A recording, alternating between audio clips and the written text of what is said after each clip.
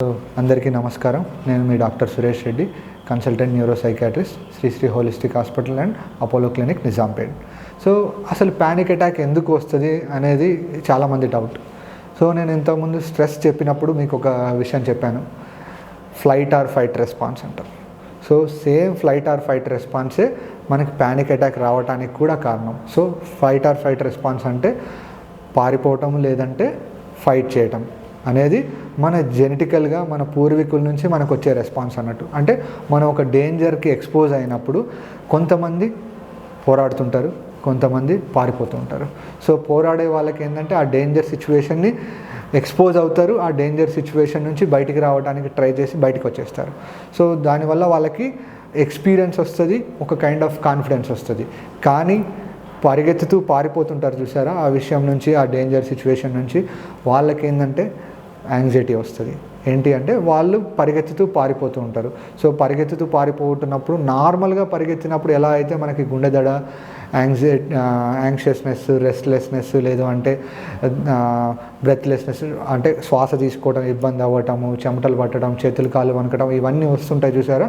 So same ఆ panic attack వచ్చినప్పుడు కూడా ఆ పరిగెత్తుతున్నప్పుడు కూడా అలానే సిమ్టమ్స్ వస్తూ ఉంటాయి అన్నట్టు. సో అంటే ఒక వ్యక్తి ఒక సిచ్యువేషన్కి, ఒక డేంజర్కి, థ్రెట్కి మనకి ఎక్స్పోజ్ అయినప్పుడు ఆ పర్సన్ పోరాడితే కాన్ఫిడెన్స్ వస్తుంది, రిలాక్స్డ్గా ఉంటారు. ఆ విషయం నుంచి పరిగెత్తటము, లేదంటే పారిపోవటము, లేదంటే అవాయిడ్ చేయడానికి ట్రై చేస్తే ఆ పర్సన్కి యాంగ్జైటీ వస్తుంటుంది అన్నట్టు. అంటే ఫ్లైట్ ఆర్ ఫైట్ రెస్పాన్స్ అనేది ఆ పర్సన్కి ప్యానిక్ అటాక్ రావడానికి ఒక కారణం అన్నట్టు. సో ఈ ప్యానిక్ అటాక్ వచ్చినప్పుడు ఎలాంటి లక్షణాలు మనం వ్యక్తిలో గమనిస్తాం. సో చాలామంది నా దగ్గరికి వచ్చినప్పుడు పేషెంట్లు ఏం చెప్తుంటారంటే, నేను పడుకొని ఉంటాను సార్, రాత్రి నిద్రపోతూ ఉంటాను, సడన్గా నిద్రలోంచి మేలుకు వచ్చేసి సడన్గా గుండె దడ వచ్చేసి నాకు శ్వాస తీసుకోవడం ఇబ్బంది అయినట్టు అయ్యి, అండ్ లేచేసరికి బాడీ మొత్తము బట్టలన్నీ తడిచిపోయి స్వెట్టింగ్ వచ్చేసి మొత్తము అంతా షేక్ అవుతూ ఉంటుంది. సో నేను హార్ట్ అటాక్ లాగానే ఫీలింగ్ వచ్చేస్తుంది, అండ్ నేను చచ్చిపోబోతున్నా అనే ఒక ఫీలింగ్ వస్తుంది అని చెప్తుంటారు. సో అది classical example of panic attack అన్నట్టు. అండ్ వాళ్ళలో ఒక క్వశ్చన్ ఏంటంటే, రెగ్యులర్గా ప్యానిక్ అటాక్ వస్తున్నప్పుడు మనకి ఒక ఆలోచన అనేది భయం కలిగిస్తుంది, భయం వల్ల మనకి ప్యానిక్ అటాక్ ఆర్ యాంగ్జైటీ వస్తుంది అనేది మనకు తెలుసు. సో అంటే నేను ఇప్పుడు ఏం ఆలోచించట్లేదు రాత్రి నిద్రలో, అయినా కూడా నాకు ఎందుకు ప్యానిక్ అటాక్ వచ్చింది అని అడుగుతుంటారు. సో వాళ్ళకి నేను చెప్పేది ఏంటి అంటే, మనం నిద్రపోయినా మెలకుతో ఉన్నా కూడా మన బ్రెయిన్లో, సబ్కాన్షియస్ మైండ్లో ఆలోచన నడుస్తూనే ఉంటాయి. సో ఆలోచన ఒక కంట్రోల్ వరకు ఆగుతుంది సబ్కాన్షియస్లో, అది కంట్రోల్ దాటినప్పుడు మనకు కాన్షియస్ అయిపోయి సడన్గా మనం నిద్రలోంచి మేలుకు వచ్చేసి దడొచ్చేసి ఆ ప్యానిక్ అటాక్ ఫీలింగ్ వచ్చేస్తుంది. సో అది క్లియర్ కట్గా ప్యానిక్ అటాక్ అన్నట్టు. అంటే సేమ్ లైక్ హార్ట్ అటాక్ లాగానే ఉంటుంది, కానీ హార్ట్ అటాక్ కాదు, అది panic attack. So panic attack వచ్చినప్పుడు లక్షణాలు ఏంటి అంటే, గుండె దడ వస్తుంటుంది, శ్వాస తీసుకోవటం ఇబ్బంది అయిపోయి, అంటే చాలామంది ఎక్స్పీరియన్స్ ఏంటంటే గొంతులో ఏదో అడ్డం పడి గాలి లోపలికి పోవట్లేదు, ఇప్పుడు నేను గట్టిగా గాలి తీసుకోవాలన్న ఒక ఫీలింగ్లో ఉండిపోతుంటారు. అండ్ బాడీ మొత్తం స్వెట్టింగ్ వచ్చేసి చల్లగా చెమటలు వచ్చినట్టు అనే ఎక్స్పీరియన్స్ ఉంటుంది. అండ్ వాటితో పాటు ఏంటిదంటే ఇంకొకటి, చేతులు అన్నీ కాళ్ళన్నీ షేక్ అవుతూ ఉంటాయి. సో వీటితో పాటు ఇంకా లక్షణాలు ఏంటి అంటే, వామిటింగ్ సెన్సేషన్ లాగా రావటము, అండ్ చాలామందికి అప్పటికప్పుడు మూత్రం పోవాలి, లేదంటే మోషన్ వచ్చిన ఫీలింగ్ రావటము, అండ్ కడుపులో బటర్ఫ్లై సెన్సేషన్స్ అంటారు, అవి వస్తుంటాయి. వీటితో పాటు ఇంకా ఏంటి అంటే ఇంపెండింగ్ డూమ్ అంటారు, అంటే నేను ఇప్పుడు చచ్చిపోబోతున్నానేమో అన్న ఒక ఫీలింగ్లో ఉండిపోతారు. ఆర్ఎల్స్ చాలామంది ఏంటంటే, ఇక నేను చచ్చిపోతాను, ఇక నా వల్ల అయితలేదు, ఇక నన్ను ఎప్పటికప్పుడు హాస్పిటల్కి తీసుకెళ్ళు అన్నట్టు ఫీలింగ్లో ఉంటారు అన్నట్టు. సో ఇవన్నీ కలిపితే sudden intense anxiousness or fearfulness associated with all these symptoms అన్నీ కలిపితే ఏంటంటే ప్యానిక్ అటాక్ అంటారు. సో ఇవి ఒక వ్యక్తిలో మనం గమనిస్తే ఆ పర్సన్కి ప్యానిక్ అటాక్ వచ్చినట్టు. సో అది ఎప్పుడు మనం ప్యానిక్ డిజార్డర్ అంటామంటే, ఈ ప్యానిక్ అటాక్ ప్రతి మనిషికి ఎప్పుడో ఒకసారి 2 సార్లు వస్తుంటుంది, కానీ ఆ పర్సన్ దాన్ని ఇగ్నోర్ చేసి వాళ్ళ లైఫ్లో, నార్మల్ లైఫ్లో లీడ్ చేస్తూ వెళ్ళిపోయాడు అనుకోండి, దాన్ని మనం ప్యానిక్ డిజార్డర్ లాగా కన్సిడర్ చేయము, దానికి ట్రీట్మెంట్ అవసరం లేదు. ఫర్ ఎగ్జాంపుల్ నేను ఇందాక ఎగ్జాంపుల్గా చెప్పాను, బైక్ నడుపుతూ ఉన్నాము, సడన్గా ఒక పర్సన్ అడ్డం వచ్చాడు, మనకు ప్యానిక్ ఫీలింగ్లోకి వెళ్ళిపోయాము. ఆ తర్వాత మనం బైక్ పక్కకి పెట్టి ఒక 2 మినిట్స్ 3 మినిట్స్ రిలాక్స్ అయ్యి మళ్ళీ బైక్ నడుపుకుంటూ వెళ్ళిపోయినాం అనుకోండి, సో అది నార్మల్. సో ప్యానిక్ ఫీలింగ్లోకి పోయినట్టు, మళ్ళీ తర్వాత నార్మల్గా రీగెయిన్ అయిపోయి నార్మల్ అయిపోయినట్టు. కానీ అదే పర్సను ఆ ప్యానిక్ ఫీలింగ్ వల్ల నెక్స్ట్ డే నుంచి బైక్ తీయటం మానేసి, లేదంటే ఇంట్లో నుంచి రోడ్డు మీదకి రావాలి అంటే రాకుండా, లేదు నేను నడపలేను, ఆర్ బైక్ తీస్తేనే యాంగ్షియస్ ఫీల్ అయిపోయి బైక్ తీయలేకపోతుంటే దాన్ని ప్యానిక్ డిజార్డర్ అంటారు. అంటే మళ్ళీ ఇలా జరుగుతుందేమో అని భయపడుతూ ప్యానిక్ అటాక్ మళ్ళీ వస్తుందేమో అని ఫీల్ అవుతూ ఉంటే దాన్ని ప్యానిక్ డిజార్డర్ అంటారు. అంటే వాళ్ళకి ప్యానిక్ అటాక్ వస్తుందేమో అని మళ్ళీ ఆలోచన ఉంటూనే ఉంటుంది అన్నట్టు. సో దానివల్ల ఆ సిచ్యువేషన్స్ అవాయిడ్ చేస్తూ ఉంటారు, అలా చేయటం కూడా మానేస్తారు అన్నట్టు. సో దాన్నే ప్యానిక్ డిజార్డర్ అంటారు. సో ఇది panic attack, panic disorder. Okay, so పర్సన్కి ప్యానిక్ అటాక్, ప్యానిక్ డిజార్డర్ వచ్చింది. ఇప్పుడు మనం ఏం చేయాలి? Okay, so a psychiatric problem అయినా కూడా మైల్డ్, మోడరేట్, సివియర్ అని మనం చెప్పుకుంటున్నాం కదా. సో మైల్డ్, మోడరేట్, సివియర్గా వచ్చినప్పుడు ఒక్కొక్క రకం దానికి ఒక్కొక్క రకమైన ట్రీట్మెంట్ ఉంటుంది. సో మైల్డ్ వచ్చినప్పుడు ప్యానిక్ అటాక్ని మనం ఇందాక చెప్పుకున్నట్టు మనం తగ్గించుకోవడానికి అవకాశం ఉంటుంది. Say for example panic attack వచ్చినప్పుడు, యాంగ్జైటీ వచ్చినప్పుడు చాలామంది దాన్ని ఎలా తీసుకుంటారంటే హార్ట్ ప్రాబ్లమో, హార్ట్ అటాక్ వచ్చిందేమో అన్నట్టు తీసుకుంటారు. సో ఇప్పుడు నెక్స్ట్ వాళ్ళ థాట్ ఏంది, ఎలా పోతుంది అంటే నాకు హార్ట్ అటాక్ వస్తుందేమో అని. సో ఇక్కడ మనం చేసే ఫస్ట్ మిస్టేక్ ఏంటి అంటే, మనకి ఇంటర్నెట్ అవైలబుల్ ఉన్నది కదా. సో నెక్స్ట్ ఏం చేస్తామంటే గుండె దడ వస్తుంది, దమ్ము వస్తుంది, దాంతోపాటు నాకు చెమటలు పడుతున్నాయి, ఈ 3 సిమ్టమ్స్ తీసుకుపోయి గూగుల్లో టైప్ చేయగానే ఫస్ట్ మనకు కనిపించే విషయం ఏంటంటే హార్ట్ అటాక్. సో నెక్స్ట్ ఆ ప్యానిక్ అటాక్ ఎందుకు వచ్చింది, దానికి ముందు వచ్చే ఆలోచనలన్నీ మర్చిపోతారు. సో ఇప్పుడు హార్ట్ అటాక్ వస్తుందేమో అని ఆలోచన చేస్తారు. సో గూగుల్లో మనకి హార్ట్ అటాక్ వస్తే నీకు ప్రమాదం అవుతుంది, చచ్చిపోతారు మీరు, సో ఇమీడియట్గా హార్ట్ అటాక్ సంబంధించిన ట్రీట్మెంట్ చేసుకోవాలని చెప్తుంటారు. సో దానికి సంబంధించిన టెస్ట్లు, దానికి సంబంధించిన డాక్టర్ని కలవటం చేస్తుంటారు. అండ్ ఇంకొక మిస్టేక్ ఏం చేస్తారంటే ప్రతి ఒక్క సిమ్టమ్ని గూగుల్లో టైప్ చేసినప్పుడల్లా ప్రతి ఒక్క ఆర్గానికి సంబంధించిన డిసీజ్ వస్తుంది. అంటే ప్యానిక్ అటాక్ కాస్త వాళ్ళల్లో హెల్త్ యాంగ్జైటీగా కన్వర్ట్ అయ్యే ఛాన్స్ కూడా చాలా మందిలో చూస్తుంటాం. ఓకే, సో అంటే ఒక లక్షణం గురించి గూగుల్లో సెర్చ్ చేసినప్పుడు ఒక ఆర్గాన్లో ప్రాబ్లం ఉందని వస్తుంది. అదే దమ్ము వస్తుంది అన్నప్పుడు ఆస్తమానో లేదంటే కోవిడ్ వచ్చిందో అనే చెప్తుంటుంది. అదే చేతులు వణుకుతున్నాయి అంటే మనకి నర్వ్కి సంబంధించిన ప్రాబ్లం ఉంటుంది. అదే కొంతమందికి డిజీనెస్ వస్తుంది యాంగ్జైటీ వచ్చినప్పుడు, అది చూస్తే బ్రెయిన్కి సంబంధించిన ప్రాబ్లం. సో అంటే ఇవన్నీ మనము మైండ్లో పెట్టుకొని వాటన్ని డిసీజుల గురించి సెర్చ్ చేస్తూ ఆ డిసీజులకు సంబంధించిన ట్రీట్మెంట్లు, ఆ సంబంధించిన డాక్టర్లను కలుస్తూ ఉంటే ఆఖరికి ఇంత పెద్ద ఫైల్ అవుతుంది తప్పితే మనకి ఏమి ట్రీట్మెంట్ దొరకదు. సో గుర్తుపెట్టుకోండి, యాంగ్జైటీ అటాక్స్ అని ఎక్కడైనా ఫస్ట్ సారి పోయినప్పుడు కార్డియాలజిస్ట్కో ఏదైనా డాక్టర్ దగ్గరికి పోయినప్పుడు అన్నప్పుడు కంపల్సరీగా యాంగ్జైటీకి సంబంధించిన ట్రీట్మెంట్ పోవటానికి ట్రై చేయండి తప్పితే దానికి వేరే డిసీజులు, వేరే డిజార్డర్స్ అని మీ మైండ్లో పెట్టుకొని ఒక హెల్త్ యాంగ్జైటీ డెవలప్ చేసుకొని ఎక్కువ చేసుకోవడానికి ప్రయత్నం చేయకండి. ఓకే, సో ప్యానిక్ అటాక్లో వచ్చే సిమ్టమ్స్ అన్నీ కూడా జస్ట్ లైక్ మనము పరిగెత్తుతుంటే ఎలా అయితే సిమ్టమ్స్ వస్తాయో అవి ఇవి ఈక్వలే. సో మనం పరిగెత్తుతుంటే ఎలా అయితే సిమ్టమ్స్ వచ్చినప్పుడు మనకి ఏం ప్రాణానికి ప్రమాదం జరగదో, ప్యానిక్ అటాక్ వచ్చినప్పుడు వచ్చే సిమ్టమ్స్ వల్ల కూడా ప్రాణానికి ప్రమాదం జరగదు. ఇక్కడ ఇంకొక విషయం మీరు గమనించాల్సింది ఏంటంటే మెయిన్గా ఫ్యామిలీ మెంబర్స్ ఆర్ పక్కన ఉండే మెంబర్స్. సో ఒక పర్సన్కి యాంగ్జైటీ అటాక్ వచ్చినప్పుడు ఆ పర్సన్ థింక్ చేయడం అనేది ప్రాపర్గా ఉండదు. సో యాంగ్షియస్లో ఉండటం వల్ల రాంగ్ డెసిషన్స్ తీసుకుంటూ ఉంటారు, సో భయపడుతూ ఉంటారు. సో పక్కన వాళ్ళు కూడా ఆ యాంగ్జైటీకి వాళ్ళ యాంగ్జైటీ యాడ్ చేసి అది పెంచడానికి ప్రయత్నం చేయకండి.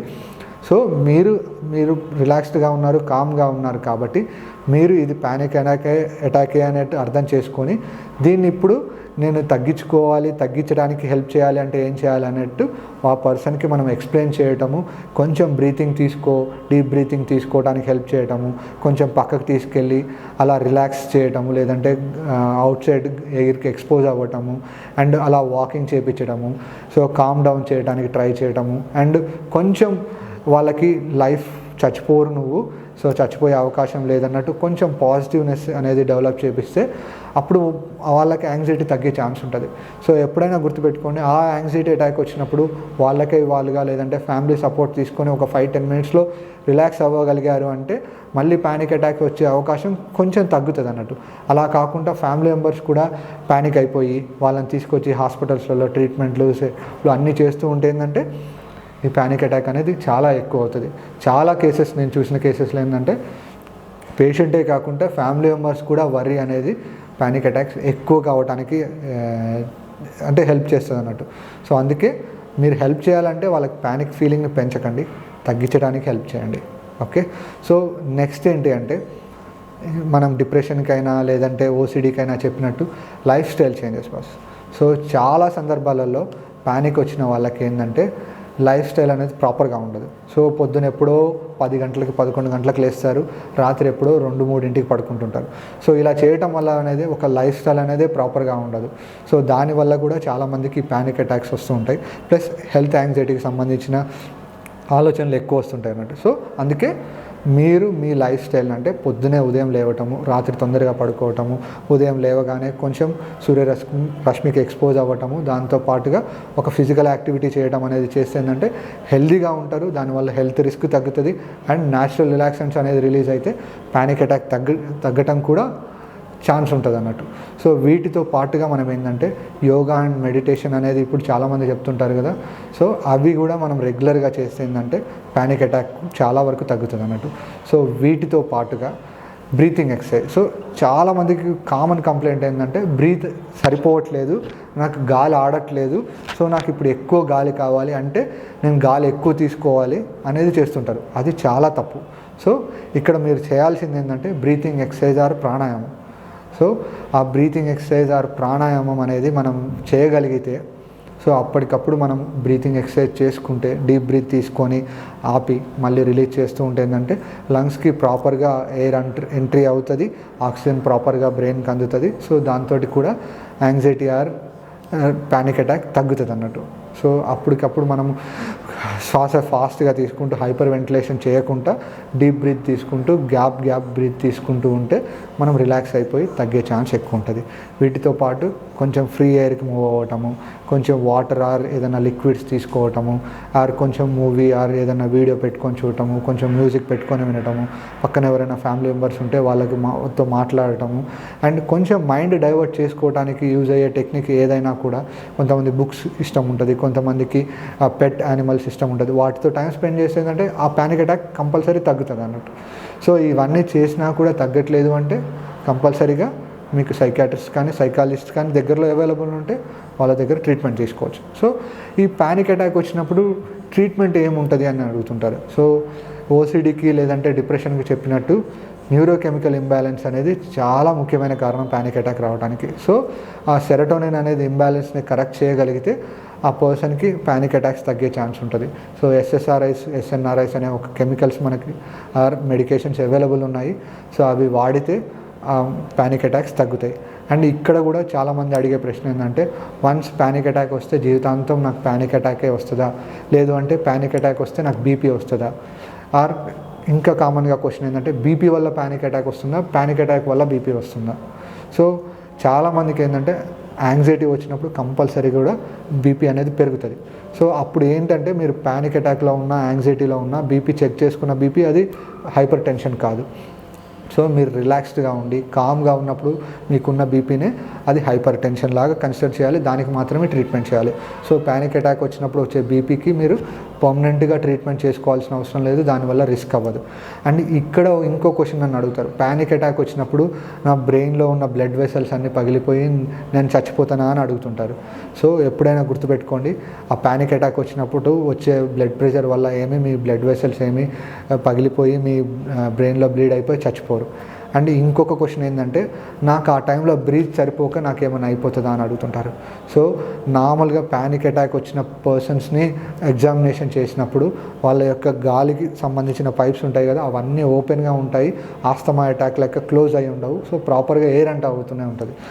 కానీ మన ఫీలింగ్ ఏంటంటే గాలి లోపలికి పోవట్లేదు అన్న ఫీలింగ్. సో దానివల్ల ఏంటంటే చాలా ఫాస్ట్గా బ్రీతింగ్ తీసుకోవాలని ట్రై చేస్తారు. దానివల్ల ఏంటంటే మన బాడీలో కెమికల్ చేంజెస్ వచ్చేసి, కాల్షియం చేంజెస్ వచ్చేసి చేతులు వంకరపోయినట్టు, తల వంకరపోయినట్టు, స్టిఫ్ అయిపోయినట్టు అయిపోతుంది. అది ఇంకా ఎక్కువగా మనకి ఒత్తిడిని కలగజేస్తుంది. సో అందుకే డీప్ బ్రీత్ తీసుకుంటూ అండ్ బ్రీత్ అందట్లేదు, నాకు బ్రీత్ సరిపోవట్లేదు అన్న ఫీలింగ్ని పక్కన పెట్టేసి కొంచెం రిలాక్స్డ్గా బ్రీత్ తీసుకుంటే వాళ్ళకి ఆ కెమికల్ ఇంబ్యాలెన్స్ అవ్వదు. దాంతోపాటు ఆ కాల్షియం చేంజెస్ అవ్వకపోవటం వల్ల ప్యానిక్ అటాక్ కూడా తగ్గుతుంది, ఆ స్టిఫ్నెస్ కూడా రాకుండా ఉంటుంది. ఓకే, సో మనకి మెడికేషన్స్ అందుబాటులో ఉన్నాయి.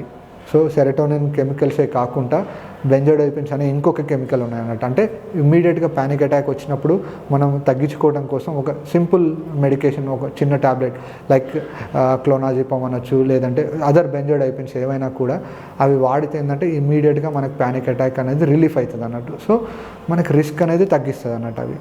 ఓకే, సో వీటితో పాటు behaviour therapy, cognitive behaviour therapy, మనం డిప్రెషన్ వీడియోలో ఎక్స్ప్లెయిన్ చేసినట్టు మనకు ప్యానిక్ అటాక్ రావడానికి ముందు కంపల్సరీగా మనకు ఒక ఆలోచన అనేది ఉంటుంది. సో ఆలోచన వల్ల ఒక భయం అనేది స్టార్ట్ అవుతుంది. ఆ భయం వల్ల యాంగ్జైటీ సిమ్టమ్స్ వస్తాయి. సో ఆలోచనలు ఏంటో ఐడెంటిఫై చేయటము, ఆలోచనకు సంబంధించిన వల్ల వచ్చే యాంగ్జైటీని రిలీఫ్ చేసుకోవడానికి ట్రై చేయటము, అండ్ మన యొక్క అబ్నార్మల్ బిహేవియర్స్ ఉంటాయి అవి తగ్గించుకోవడానికి ట్రై చేస్తే ఆ ప్యానిక్ అటాక్ అనేది మనకు తగ్గుతుంది అన్నట్టు. Okay, so cognitive behaviour therapy అనేది చాలా హెల్ప్ చేస్తుంది. Thank you.